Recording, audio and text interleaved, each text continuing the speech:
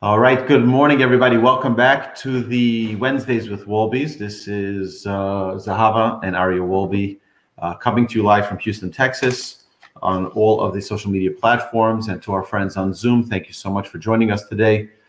The 25th installment of the 26th installment of the 48 Ways, and we are talking about today knowing your place. So what do you have to say about knowing your place? Know my place. Okay. So I think each of us have to look at ourselves and be realistic and honest with ourselves and know what are your strengths, what are your weaknesses, what are your flaws, right? And know what we're meant to do with what we have, right? Like know, okay, this is what needs to be done. Am I the best man or woman for this job? Should I be doing this? Should I not be doing this? Know your place. You know, every person has a construct of traits. What's called midot. Midot are traits, but they're also in Hebrew, we mentioned this in the Musar class this week, that midot are measurements, because everyone has different measurements of traits. So one person can have a combination of an 8 of kindness, a 3 of anger, a 6 of jealousy, but everyone has different traits. If we look at all of the traits that a human being can have, which are a variation of hundreds of traits, everyone is unique in their specific measurement of those traits. And the more a person gets to know themselves, they know what their strengths are, they know what their weaknesses are. And everybody's got strengths, everybody's got weaknesses. There's no human being who arrives to this world perfect. Our goal is to leave this world perfect, but when we arrive in this world, we're not perfect. And we have a lot of work to do, and that's the goal of our lives throughout our lifetime, is to accomplish and to attain that perfection that hopefully we will succeed with. But we need to know our role in life. What is our role in life? What is my purpose? And once a person knows their purpose, once a person knows, you go straight for that mission without interruption. No one can get in your way. You know, just recently, my wife and I worked on a family mission statement. And the reason why is because there's a feeling that sometimes a person can get carried away from what they're really here for. And we need to remind ourselves, we need to have it in front of us, just like every company has a mission statement, they should have at least. Every business should have a mission statement. I think every individual, every family should have a mission statement for the sake of keeping you focused, keeping you goal-oriented throughout your life so that you don't get carried away by distractions. Right. So I'd say, like, it depends on also circumstances, like where you are, when, right? So a person needs to approach a situation and let's say, there's a multi-car pileup on the highway and some guy pushes through and he's like, okay, I'm a lifeguard. I got this, right? You know, when I was 16, I took a course, right? So if there's no one around, so get in there, do what you can. But when the world-class surgeon pulls up and he's there and the ambulance and the doctors, right? Step back. It's not your place, right? That's not what you're there for, right? If you're like, well, we're gonna avoid politics today of all days for sure. We always avoid politics today for sure, but also like to avoid Corona and everything. But let's say I was talking to someone a while back, and everyone's talking about COVID, and everyone's an expert. Everyone knows everything, right? And has what to say and share about it. So she's like telling me, yeah, as a healthcare worker and this and that. And I'm like, oh, cool, you know? And I'm like, what do you do? She's like, I'm a dental hygienist. And I'm like, that's nice. Like, it's great if I want to get white in my teeth. Like, what position does that put you in as an expert about this lovely global pandemic, right? So know what you know what your strengths are, know what your areas of expertise are. If you have something to say about a subject, good, say it, share, right? If you don't, take the bench. Allow someone else to right. The big picture in life is, I think, so important for us to always be focusing on. What is my goal in life? What do I want to accomplish? What is my objective? And to really stay focused on it, that a person should, it's not an easy thing for a person to know, oh, this is what I came to the world for. Sometimes we have feelings about what we want to have come to this world for, But if a person knows that they're here to serve God, they're here to provide for their family, they're here, right? And they're here by the gift of the Almighty, by the grace of the Almighty. And the Almighty takes care of us. So then there's no competition, there's no fighting, there's no challenge, because we know and we keep focused with the fact that the Almighty is with us at all times. So it really helps when someone is makir es mikomo, when someone knows their place, they know who they're here for, they know what they're here for, and it helps tremendously in helping guide a person on a right path and being productive.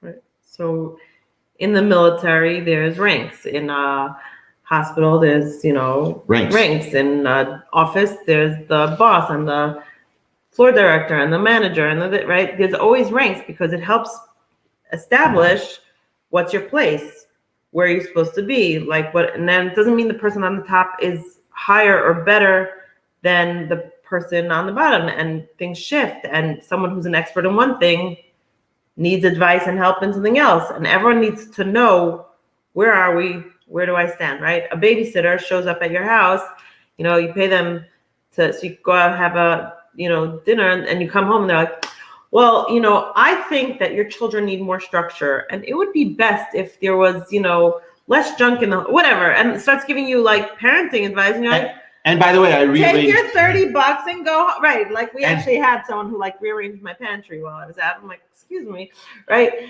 But like, know your place. You're here to babysit. You're 16.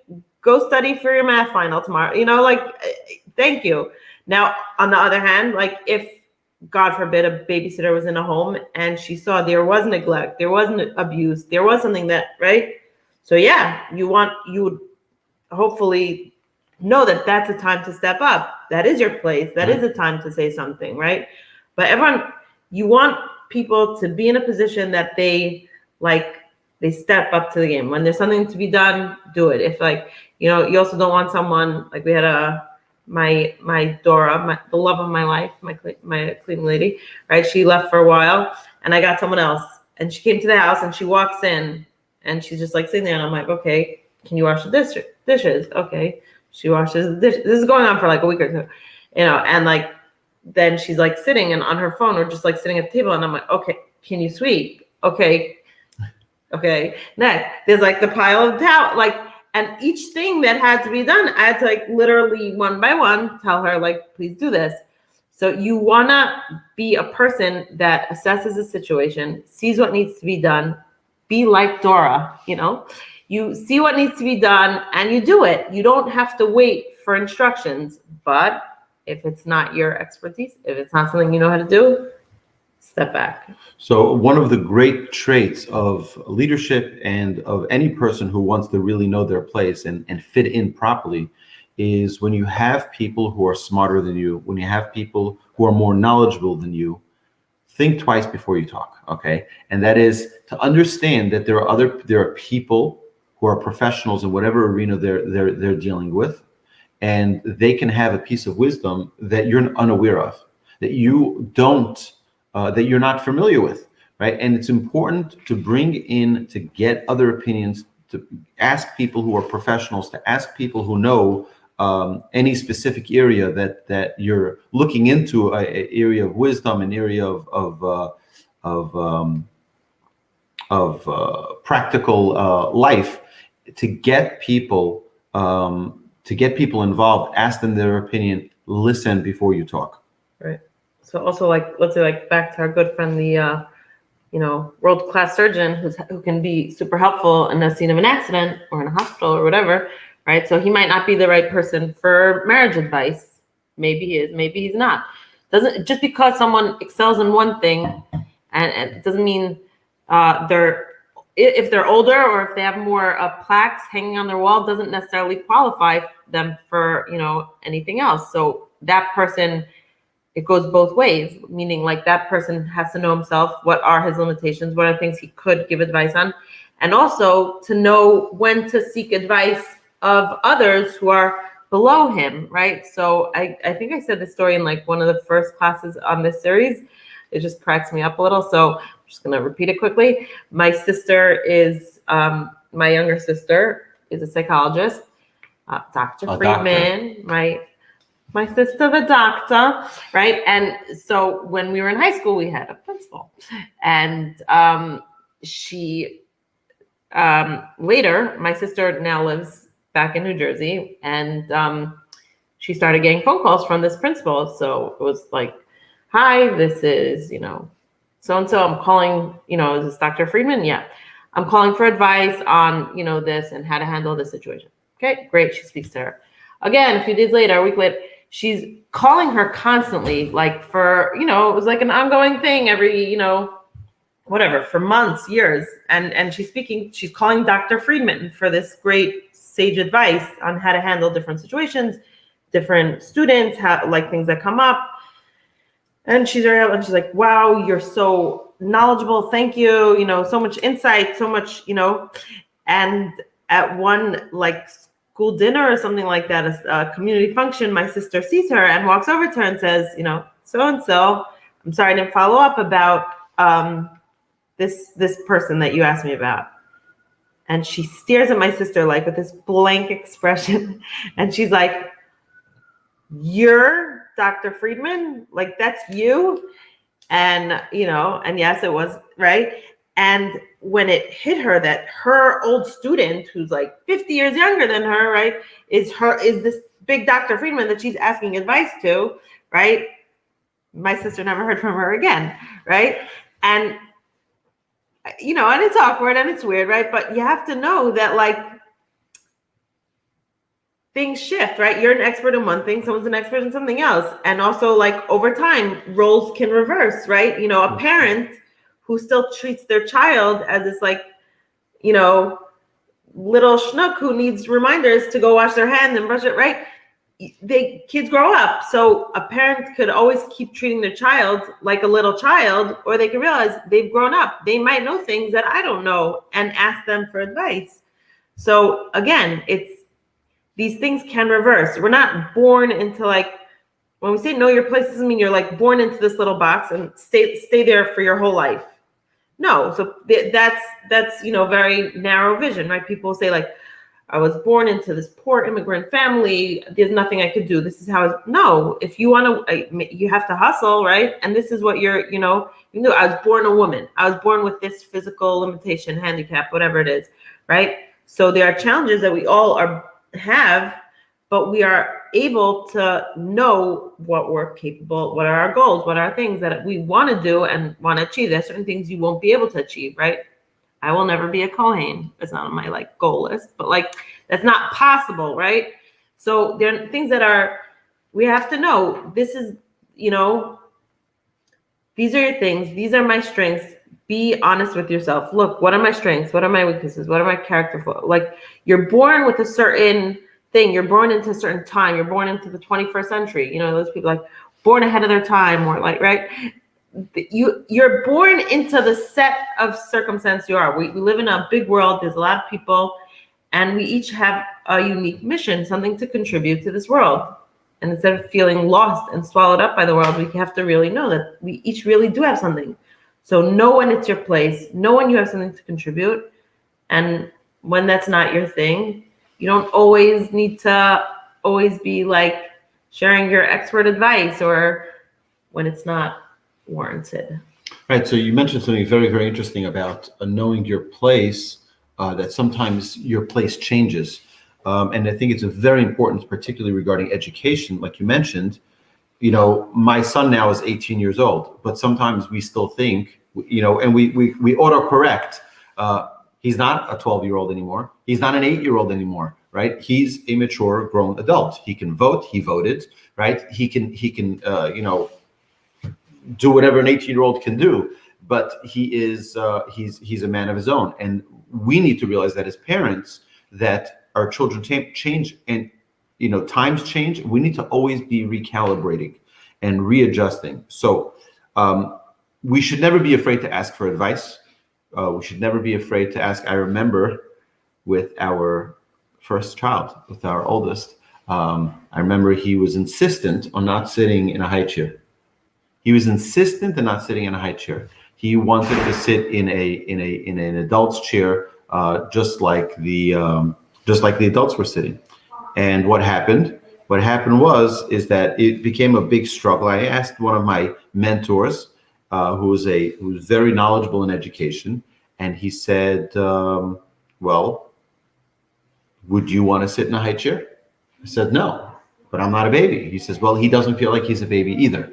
So therefore, you have to adjust to that and do what is necessary, so that the child, he wants to feel like an adult. He wants to feel like you and your wife. And when you sit at the kitchen table, he wants to feel like he's one of you. And therefore, he's asking to sit." And to me, it was able to give me a different perspective, right? I don't want to be sitting like that. Probably this child doesn't either want to be sitting like that. So it's important to recalibrate, to ask for advice.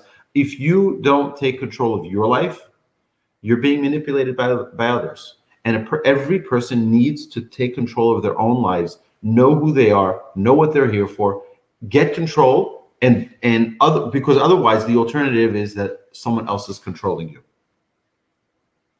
If the moment calls for it, take the lead, right? We all have opportunities that come up, and we need to take the initiative. Don't be afraid. That's your place. That's your place. And if you feel it's above you, find someone who can assist you. Find someone who can help you. Yeah. A lot of people just have this attitude like, it will just happen. Things will just work out. I'll figure it out, right? And we have to just constantly reassess situations and see if there's something that we're able to, help out with. Good. And not to just do what you think is expected or what society or people told you is like the right thing for you to do or say, or, do what you believe in, know what's right, keep educating yourself, and then... And every person needs to know that they were created for a very unique purpose, for a unique role in life. And it's important for us to capture what it is. I remember once sitting with my grandfather.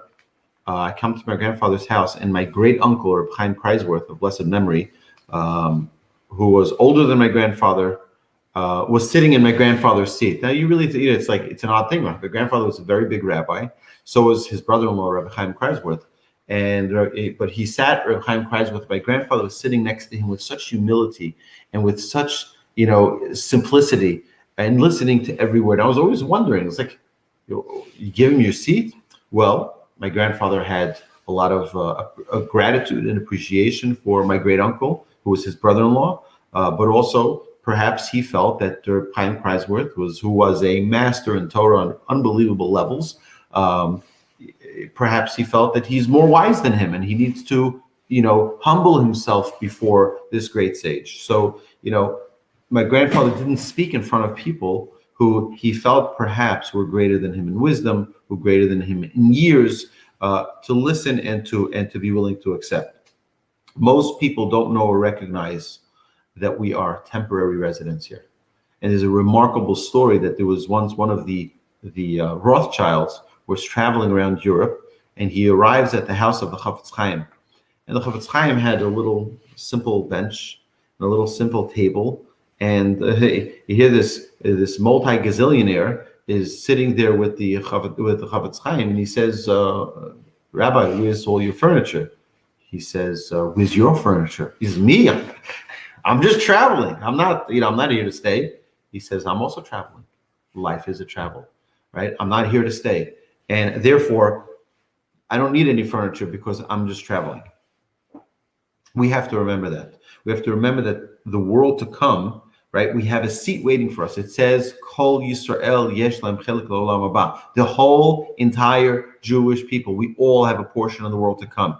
And as we mentioned, this also Monday night class, someone mentioned it so beautifully in class, is that in the name of my brother, Rabbi Yaakov Wolbe, that an incredible idea. For Jews, the world to come is to lose, right? Meaning it's given to us. It's a gift to us. And what we do through our lives can only remove us from it, right? But we have a seat. If God forbid we don't fulfill our purpose, then we can lose it. But non-Jews can gain it, right? It's not guaranteed that they're going to have a portion of the world to come, but they can gain it through good deeds and through good actions. So it's an important thing that we have to remember. We have our seat. It's reserved. It says your name on it, but we have to get the ticket to earn to our entry. All right? The Mishnah says that he who runs from honor, honor runs after him. Now, who runs after honor? Who's the person who runs after honor? Someone who doesn't know their place. Someone who doesn't know where they fit in. Someone who doesn't know their proper, situation. And that's something that we need to be very cautious of, because I've seen it and I see it a lot. The more one desires and wishes for honor, the less it comes their way. The more they say, you know what, I don't care about it. I'm running away from it. I don't need it. Right? It comes running after you. So it really is an amazing thing. And there's also the false humility, or like, you're like, oh, you're like getting honored, and like, no, like really, like people see through that also. And like the most humble man ever, right? Was Moses. Moshe. And he wrote the Torah through Hashem, but Moshe was the one who actually wrote it. And he wrote in the Torah, and Moshe was the most humble man of all time, right? How could someone who's so humble like actually write that? Because he is someone who knew his place. He knew what his strengths were. And when he saw the Egyptian who smote the Israeli, right? The Hebrew, right?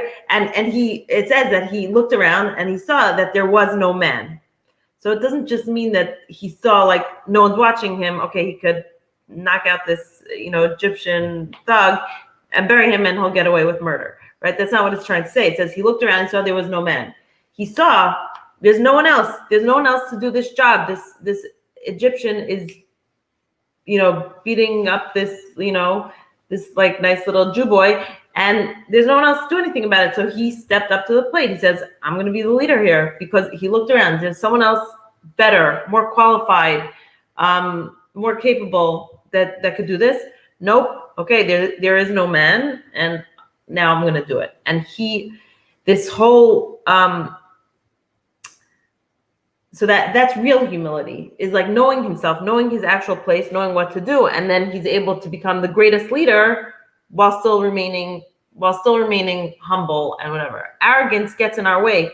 All of us have like our own egos and stuff that get in our way. We're like too proud to ask for advice from people who are younger or beneath us, or right, like we were saying with families and recalibrating, asking advice from different people. Like my little sister was 4 years old when I got married, right? I'm the oldest, she's the youngest.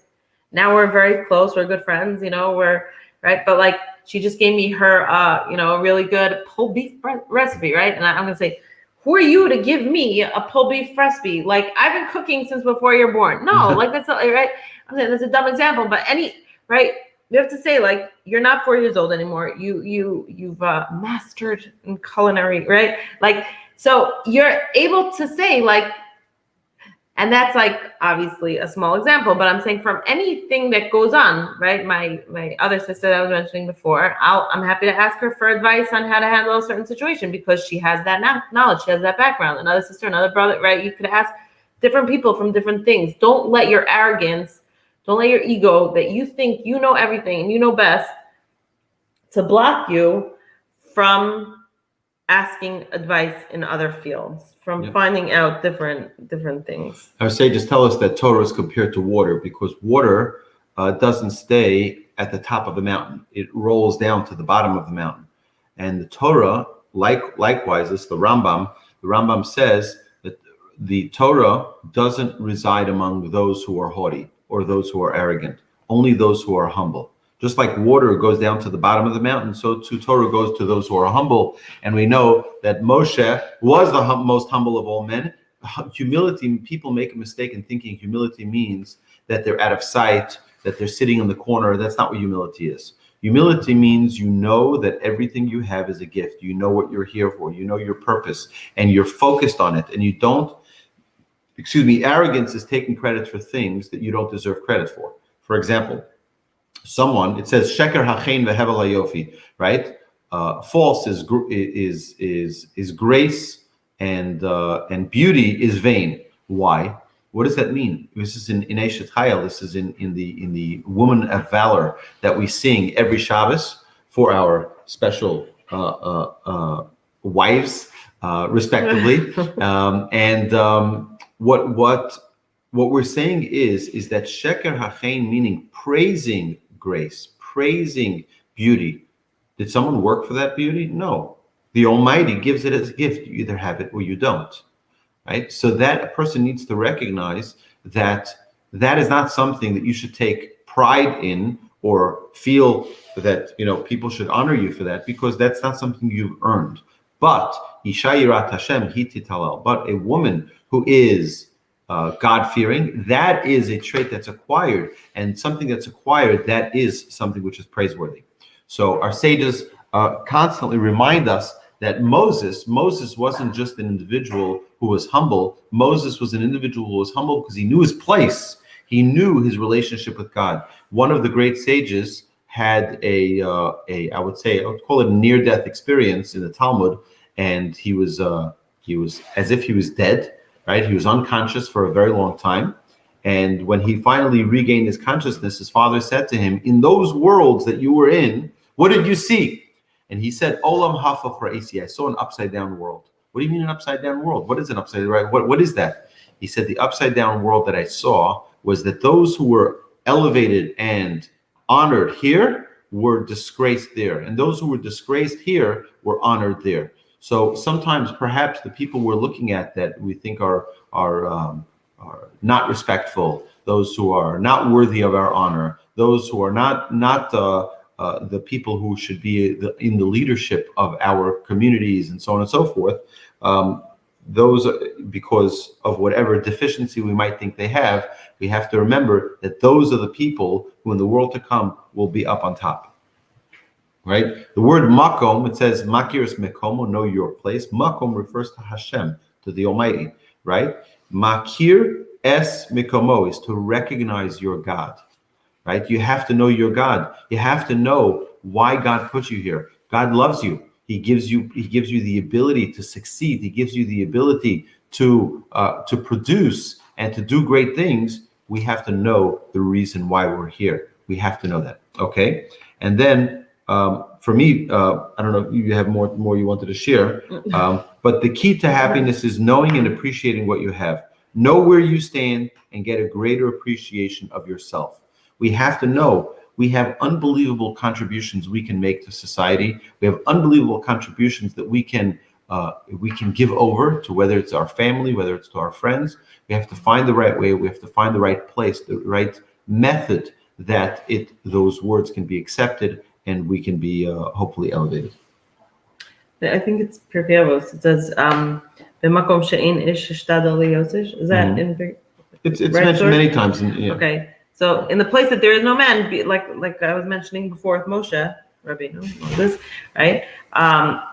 If there's, when you're in a place that there is no man, be the man, right? So it means, again, you see something that needs to happen. If there's someone more qualified than you, let them do it. Find something else that is more suited to your skills. But if there's stuff that needs to be done and you're the one there, then step up to the plate and do it. And that goes with anything that you have. And again, the opposite. If you don't have what to say, silence is golden. Don't share unnecessarily. It's not always. People think they look dumb if they don't have what to contribute to a conversation. I promise you look a lot dumber when you open your mouth and say things that just have no whatever, right? So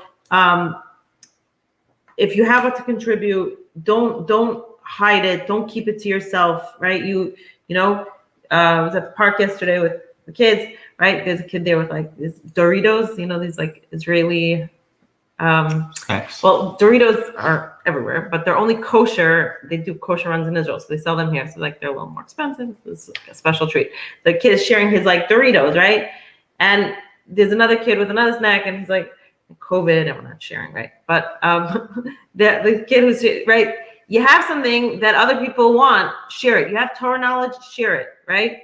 If you have advice on something, whatever it is that you are either born with, your personality, right? Or you're knowledgeable in whatever it is that you are, all of us have something to contribute. Every single person has what to contribute to the world. Whatever you have, contribute. Okay, if you're the kid in the park with kale chips, maybe don't contribute. No, step back, know your place. No, but really, everyone needs to know what are the things that they have. What can they contribute? What can they share with other people? And if you have, then don't just, keep it for yourself. Share it. Share your wisdom. Yeah. Right. Okay. Anything else you wanna share? I think we're good for today. All right. Know my place. We're going to be traveling for the next couple of days, so we have a little bit of an abbreviated class today. But we want to thank everyone for joining us today, and looking forward to seeing everyone next week. Thank you so much to all of our friends online on all social media platforms. We thank you for watching and liking and sharing these videos. Have a good